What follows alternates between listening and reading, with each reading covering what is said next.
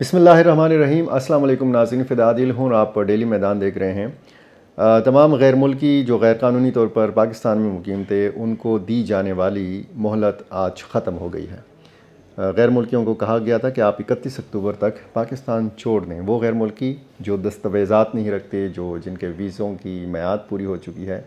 جو سال ہر سال سے بلکہ کئی دہائیوں سے پاکستان میں غیر قانونی طور پر مقیم ہیں۔ اب ان میں سب سے زیادہ تعداد جو ہے وہ افغان مہاجرین کی ہے۔ افغانستان اور پاکستان کے تعلقات کی جو نوعیت ہے وہ بھی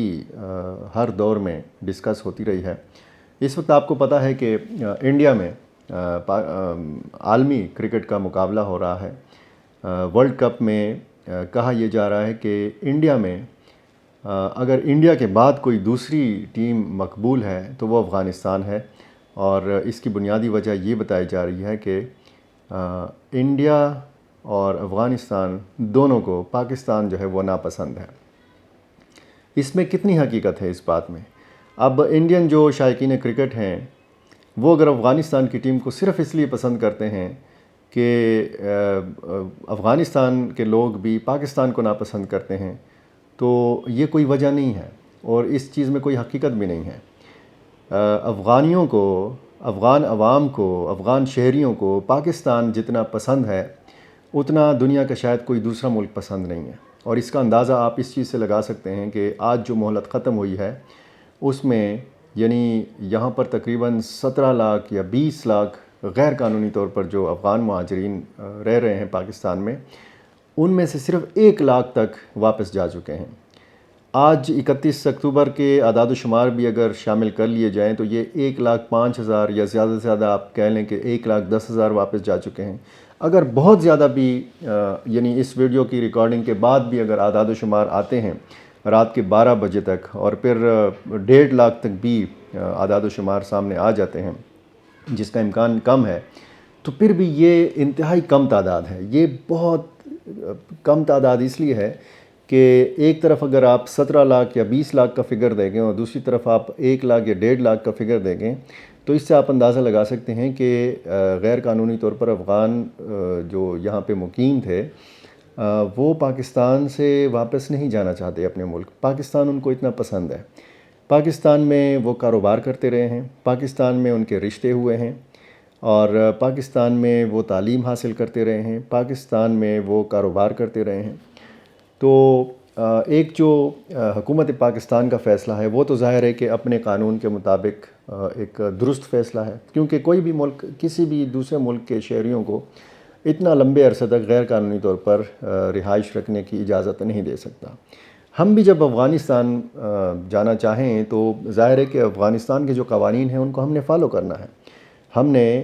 ویزا لے کر افغانستان جانا ہے۔ ہم بغیر ویزے کے، بغیر سفری دستاویزات کے افغانستان نہیں جا سکتے۔ ہم طورخم بارڈر ہو، چمن بارڈر ہو، یعنی جو پاک افغان بارڈر ہے اس میں کسی بھی حصے کو ہم کراس نہیں کر سکتے۔ تو پھر اسی طرح پاکستان کے قوانین ہیں۔ اب آپ دیکھیں کہ انڈیا میں جو صورتحال آپ دیکھ رہے ہیں، اور خصوصاً جب افغانستان کی ٹیم کسی اور ملک کے خلاف کھیل رہی ہو تو تمام انڈین جو شائقین کرکٹ ہیں ان کی سپورٹ ہوتی ہے افغان ٹیم کے ساتھ، صرف اور کہا جا رہا ہے کہ صرف اس بنیاد پہ کہ جی وہ لوگ پاکستان کو ناپسند کرتے ہیں۔ ایسا نہیں ہے۔ پاکستان کے ساتھ جو افغانستان کا رشتہ ہے وہ سیاسی بنیادوں پر آپ کہہ سکتے ہیں کہ تعلقات میں اتار چڑھاؤ رہے ہیں۔ اسلام آباد اور کابل کے تعلقات کبھی بھی خوشگوار نہیں رہے، کسی بھی دور میں خوشگوار نہیں رہے، اور 2 سال قبل جب افغان طالبان برسر اقتدار آئے تو بہت امیدیں تھیں کہ جی افغان طالبان کے ساتھ یا افغان گورنمنٹ کے ساتھ اسلام آباد کے تعلقات بہت مثالی ہو جائیں گے، بہت زبردست ہو جائیں گے۔ ایسا بھی نہیں ہوا۔ ہم بات کرتے ہیں عوامی سطح کے اوپر۔ افغانستان کے عوام کو دیکھیں اور پاکستان کے عوام کو دیکھیں تو یہ سیاست سے کوسوں دور ہیں۔ یہ دونوں ملکوں کی جو آپس میں سیاست ہے یا آپس میں جو تعلقات میں تناؤ آ جاتا ہے، اس چیز سے وہ مبرہ ہیں۔ یہ آپ پیپل ٹو پیپل کانٹیکٹ دیکھیں تو وہ بڑا شاندار ہے، بڑا زبردست ہے۔ اب اگر کچھ سیاسی جماعتیں پاکستان کی مختلف رائے رکھتی ہے حکومت پاکستان کے فیصلے سے، تو اس میں بھی بنیادی وجہ یہ ہے کہ چونکہ یہ عوامی سیاست کرتی ہیں یہ سیاسی جماعتیں، اور ان کو پتہ ہے کہ اس فیصلے سے ظاہر ہے کہ صرف افغان شہری جو ہیں وہ پریشان نہیں ہیں، پاکستانی شہری بھی پریشان ہیں۔ پاکستانیوں کی ایک اچھی خاصی تعداد ایسی ہے کہ جو چاہتی ہے کہ افغان مہاجرین کو اب واپس چلے جانا چاہیے۔ اصولی بات بھی یہی ہے کہ افغان مہاجرین کو اب واپس چلے جانا چاہیے، ان کو اپنے وطن کی تعمیر نو میں حصہ ڈالنا چاہیے، ان کو جو کاروبار وہ پاکستان میں کرتے ہیں، جو سرگرمیاں وہ پاکستان میں کرتے ہیں، وہ ان کو وہاں پر شروع کرنی چاہیے، وہاں پہ کاروبار کر کے، وہاں پہ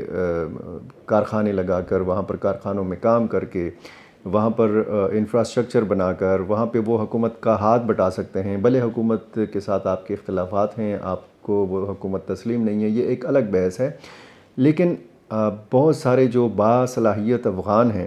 وہ افغانستان سے باہر ہیں، وہ یورپ میں ہیں، امریکہ میں ہیں، اٹلی میں ہیں، آسٹریلیا میں ہیں، برطانیہ میں ہیں، اور ایسے ممالک میں ہیں کہ جہاں پہ ٹھیک ہے وہ وہاں پہ رہ رہے ہیں، لیکن ان کو اپنے وطن کی فکر بھی کرنی چاہیے۔ اچھا، جب 40-45 سال پہلے جب روس نے حملہ کیا، اس کے بعد جب لاکھوں مہاجرین نے ایران کا رخ کیا، پاکستان کا رخ کیا، دوسرے ملکوں کا رخ کیا، تو اس کے بعد ہم نے کسی بھی افغان حکومت کو اپنے ان مہاجرین کے لیے سنجیدہ نہیں پایا۔ آپ ریسنٹ اس میں دیکھیں کہ حامد کرزئی کے دور میں، اشرف غنی کے دور میں، جب وہاں پہ بہت زیادہ مواقع تھے، روزگار کے مواقع تھے، وہاں پہ غیر ملکی افواج بھی تھیں، عالمی برادری کا بھرپور تعاون بھی تھا، تو ہم نے اشرف غنی کو سنجیدہ پایا، ورنہ ہم نے حامد کرزئی کو سیریس پایا۔ اسی طرح افغان طالبان نے بھی اس معاملے سے صرف نظر کیے رکھا، انہوں نے بالکل فراموش کر کے رکھا۔ اب جو پاکستان کی طرف سے یہ فیصلہ ہے کہ 2 نومبر کے بعد کریک ڈاؤن شروع کیا جائے گا،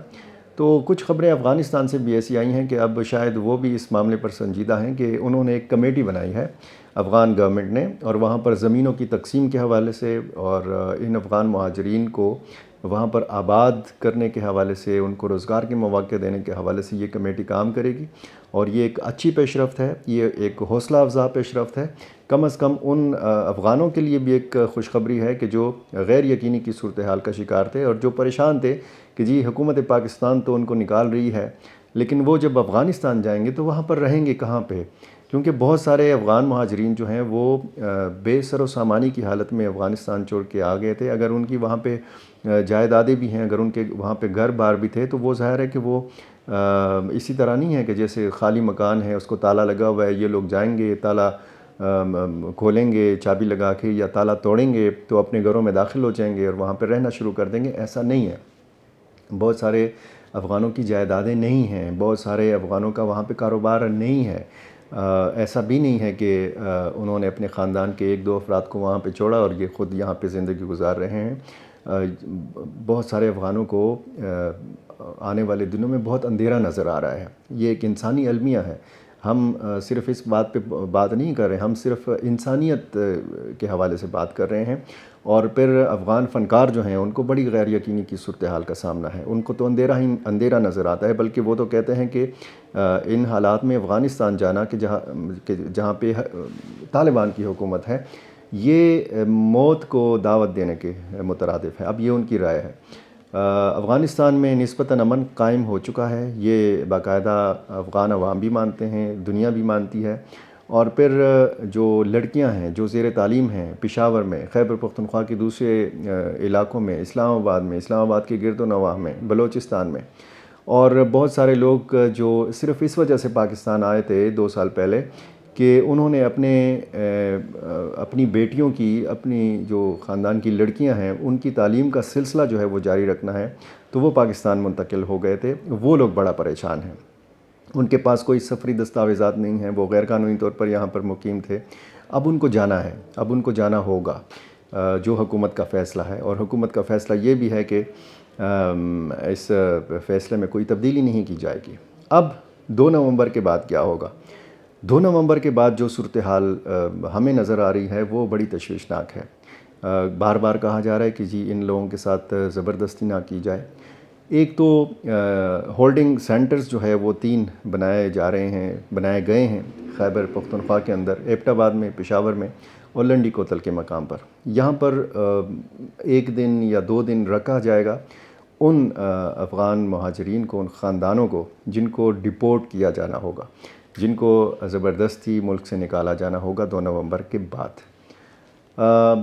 ہماری پولیس نے خاصا جو ہے شرمناک کردار ادا کیا ہے افغان مہاجرین کے حوالے سے، اور اگر آپ دیکھیں کہ جو افغان شاکی ہیں، جن کو شکایت ہے، جن کو گلے ہیں، وہ ضرور کسی نہ کسی مرحلے پر، کسی نہ کسی شہر میں، کسی نہ کسی معاملے کے حوالے سے پولیس کا شکار ہوئے ہوں گے۔ ہماری پولیس نے قانونی اور غیر قانونی میں کوئی تمیز نہیں رکھی، اور اس کے بعد جو ایک سونے کی چڑیا کی حیثیت رکھیں گے افغان مہاجرین ہمارے ان ایسے اہلکاروں کے لیے، تو وہ بہت تشویشناک بات ہے، اور اس حوالے سے حکومت پاکستان کو خصوصی کردار ادا کرنا ہوگا،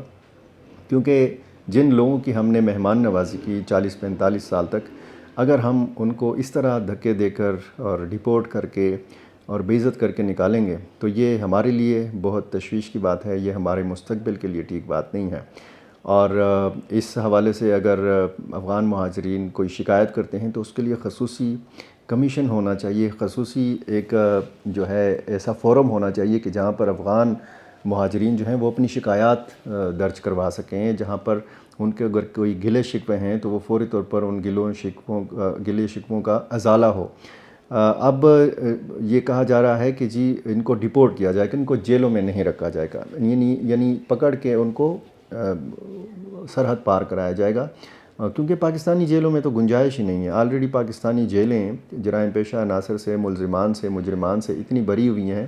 کہ یہاں پر مزید ہزاروں لاکھوں لوگوں کو کھپانا جو ہے وہ ناممکن ہے۔